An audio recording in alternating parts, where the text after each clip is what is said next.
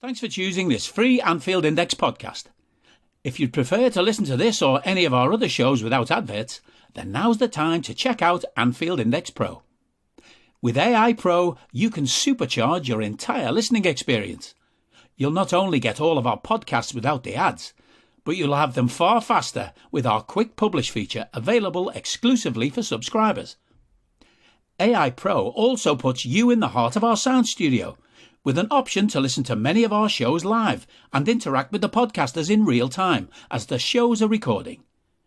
Upgrading couldn't be easier. AI Pro is available on all popular podcast platforms, and we have our own apps for Apple and Android. Just head on over to AnfieldIndexPro.com and get started today. Hello and welcome to Daily Red, your lunchtime catch-up on all things rhubarb, beetroot, lobster, chili peppers, strawberries, whatever you want, anything but football. Anything but football today. Liverpool, as expected, decided to sit out deadline day, scratch themselves, and write off this season. No midfielders available, apparently. Marcel Sabitzer, United got it done in less than a day. Loan move, minimal loan fee, reasonable wages, a quality player who helps. Liverpool sitting on their hands. Chelsea broke the bank to get Enzo Fernandez. Liverpool sat on their hands. Arsenal got Jorginho done in less than a day. Not a signing I would want, but proof that deals could be done. And Liverpool sat on their hands. Now, there's some really poor excuses going around. One being that, they couldn't have signed a non-homegrown player because even an under-21 non-homegrown player would have counted in the Champions League, and that is just a poor excuse. Because Liverpool could have deregistered Adrian for the Champions League. They could have deregistered Adrian for the Premier League. Adrian was told upon re-signing, you're not playing. You're basically a training ground goalkeeper now. And that's what he agreed to do. Would we be any worse off playing Harvey Davies or Jakub Orzinski than Adrian? I don't think we would be. I really don't think we would be. Think of the last few times you've seen Adrian. Have you been impressed? We could have terminated the loan of Arthur early in the window. He's played 14 minutes all season. He's taking up a valuable spot in the squad. He's not going to be back for another while. Given that Luis Diaz is not going to be back till March, maybe even later, you could have left him out of the Champions League squad. There were ways and means to manage the squad better. But once again, poor squad management comes back to haunt us. And that again is on Jurgen. It's not on anybody else, it's on him. Because he's the one that's insisted on keeping this squad together for so long. We played Crystal Palace 4 years ago. 10 of the 11 who started are still at the club. 4 years ago. And they include multiple, that 11, or that 10 rather, includes multiple players who should not be at the club right now. They should have been sold. Or they should have been released when their contracts expired. But they weren't. They were renewed because Jurgen insisted. They were kept beyond the point of being useful because Jurgen insisted. Our captain has another 2 years left on his contract. He hasn't been good in 3 years, but Jurgen insisted.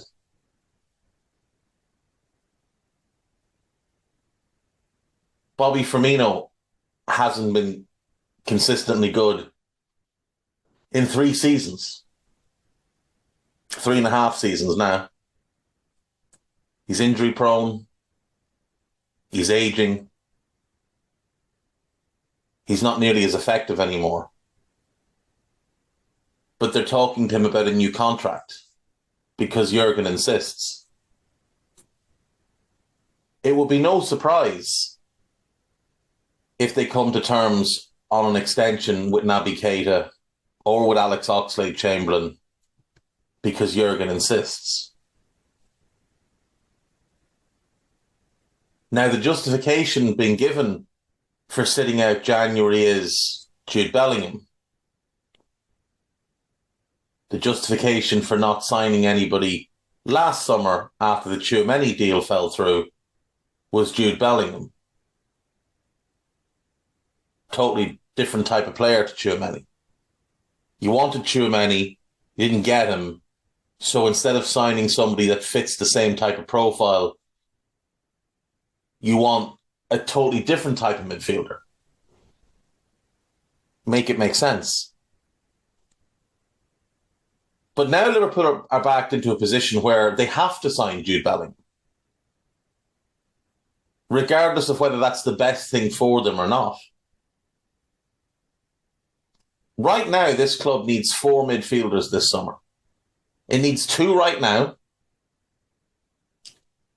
because when you look at the group that we currently have, Thiago's good enough, Naby is good enough,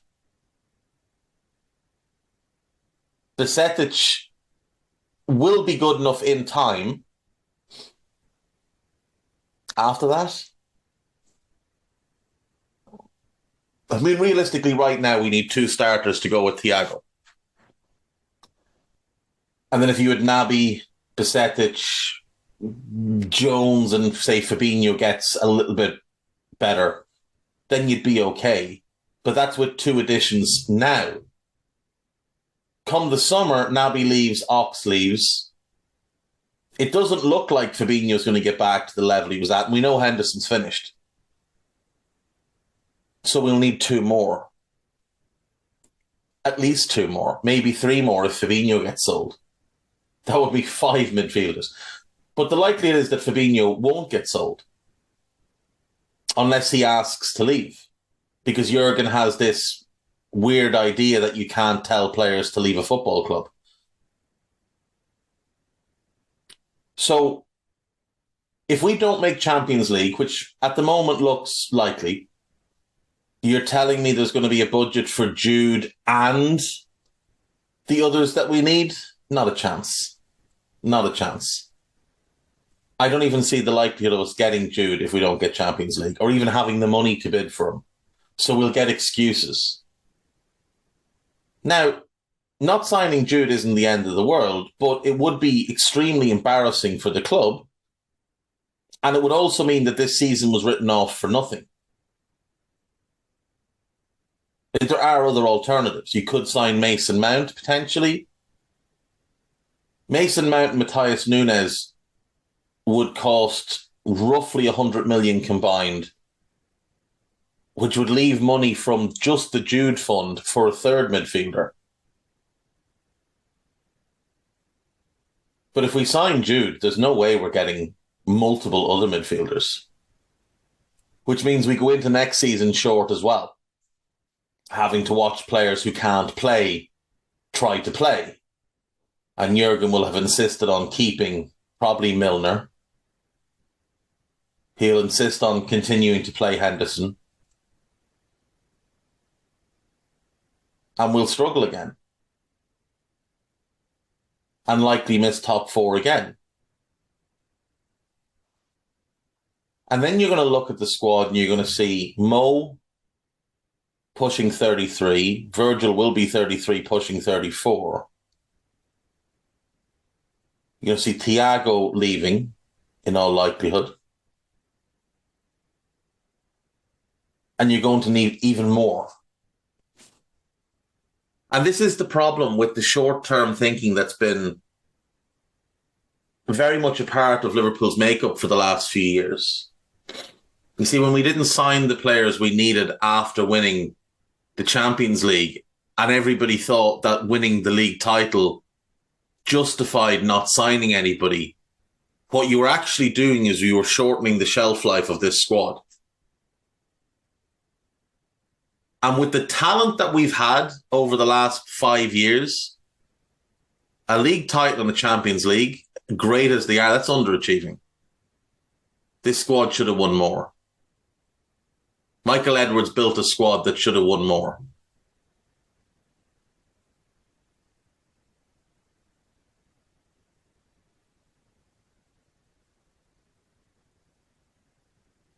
It's quite bleak. It is quite bleak. And the idea that Jude walks in and fixes everything is quite foolish. You're going to put all of that on a 20-year-old? Fix everything that's wrong with this team? Some of it can't be fixed by players. Some of it needs to be fixed by the manager. The tactical decisions have been appalling this season. That needs to change. Physically, the squad looks absolutely goosed. They're picking up more and more injuries. I think Simon Brundish said something like 17 hamstring injuries in the last, was it 9 months, something like that? You'll have seen the number going around on social media yesterday. A bunch of people stole it without giving Simon credit. So there's obviously an issue on the medical side of things as well. And that's where little Jurgen, Andreas Kornmeier, comes in. Simon Hughes' piece in The Athletic a while back did not make particularly good reading if you were looking for a defence of little Jurgen or of big Jurgen. Didn't make him look particularly good either.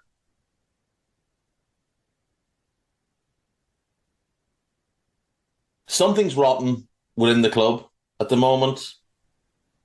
And when we consider that there were three main figures in building the squad that won the European Cup and the league title. Michael Edwards gone, Ian Graham going, and Jurgen Klopp. And now Klopp has all the power. Now Klopp has all the say. And that's not ideal.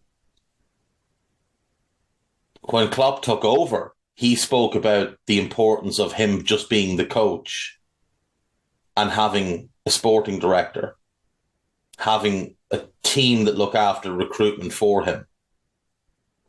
Now he looks after it, or he has more say in it. Julian Ward's going. The Echo tells us that the process of looking for a replacement hasn't even begun. Now, I don't believe that, and I certainly wouldn't believe it because of the journalist behind the story. But it doesn't read well. Nothing going on at the club right now reads well. Pre-season, clearly something went wrong. There's clearly some sort of,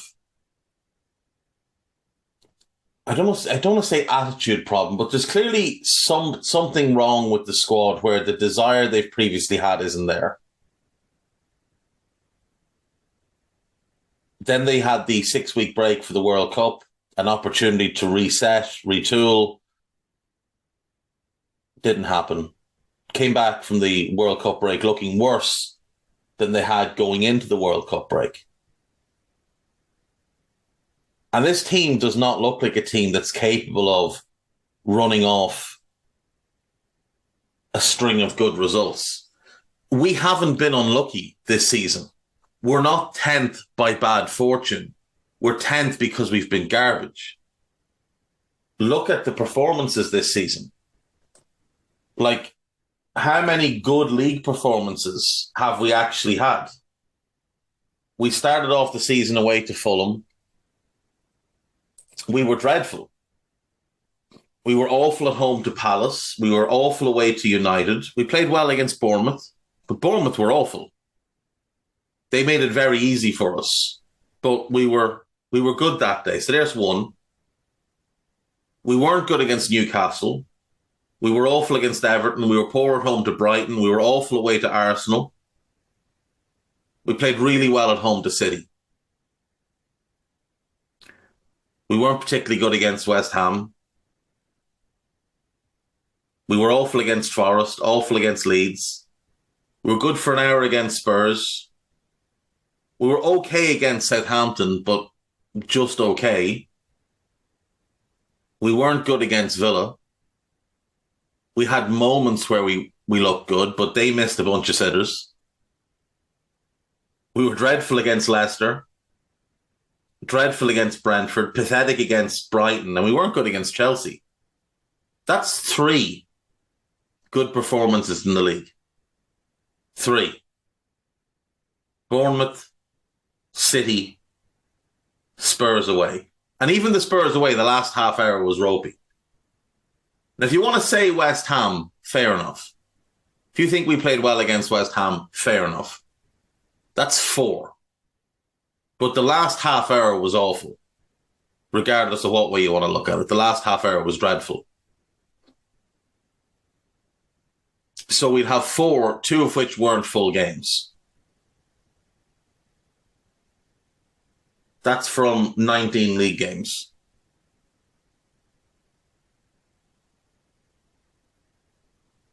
We've won 8 and lost 6 in the league this season. That's completely unacceptable.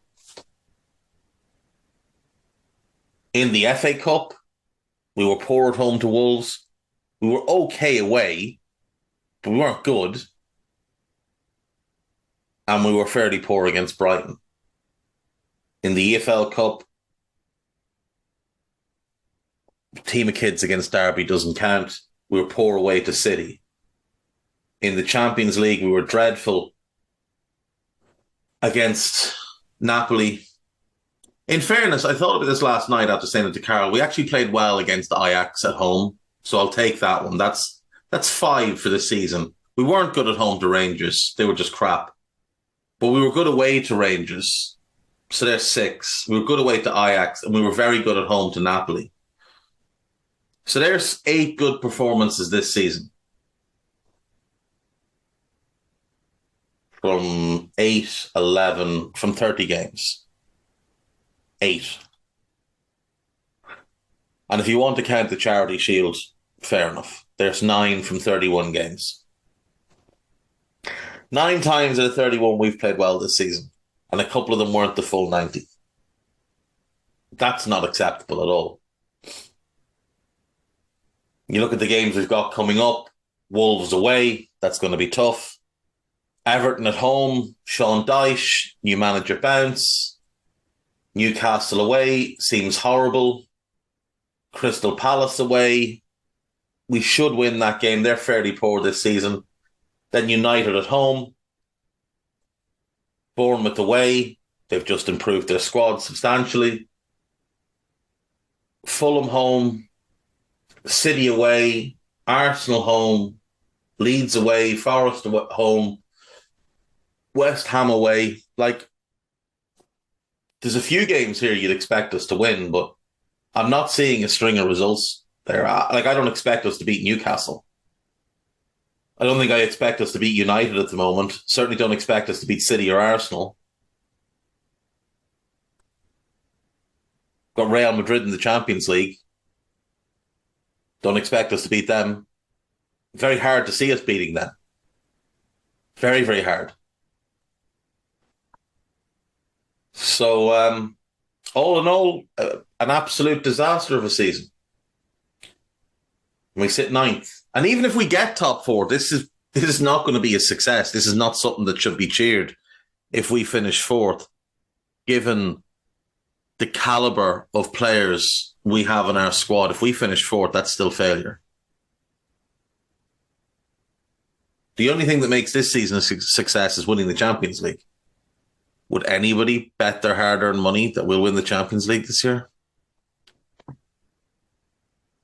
There's loads of stuff on This Is Anfield and Liverpool.com. And on Anfield Index, there is a piece entitled Klopp's Defence of Gakpo Long-Term Future Hint.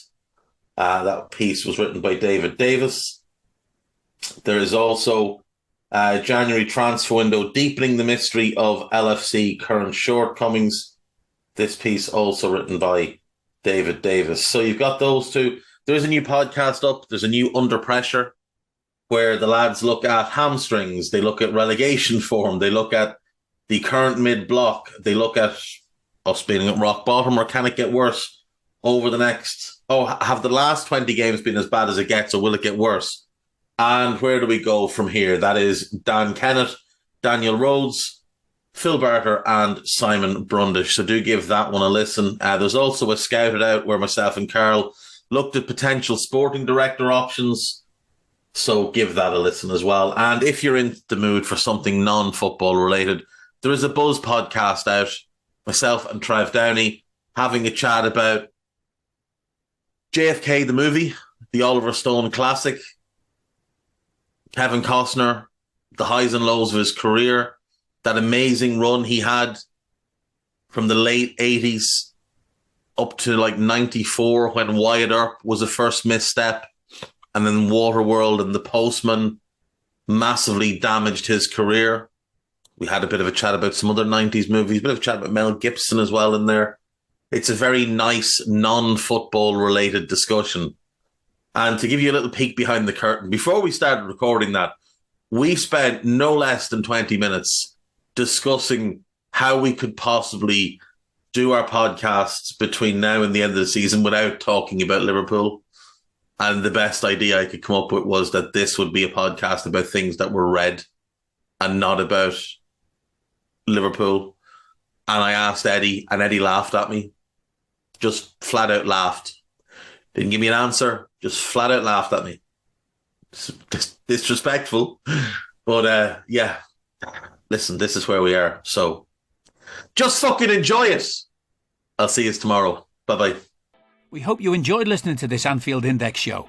Please be sure to subscribe to our channel so future podcasts find their way to your device automatically. There's nothing quite like fan engagement, and we'd love to know what you think of anything discussed on this show. The best way to get in touch is over on our free Discord community, where both podcasters and listeners debate the hottest LFC topics 24/7. Sign up free now at AnfieldIndex.com/Discord. You won't regret it. You can also follow us on Twitter at Anfield Index and find us on Facebook by searching for Anfield Index. Oh, and before you go, we'd love it if you could leave us a 5-star review on your favourite podcast app. It only takes a couple of seconds, and it means the world to the people who create these free shows.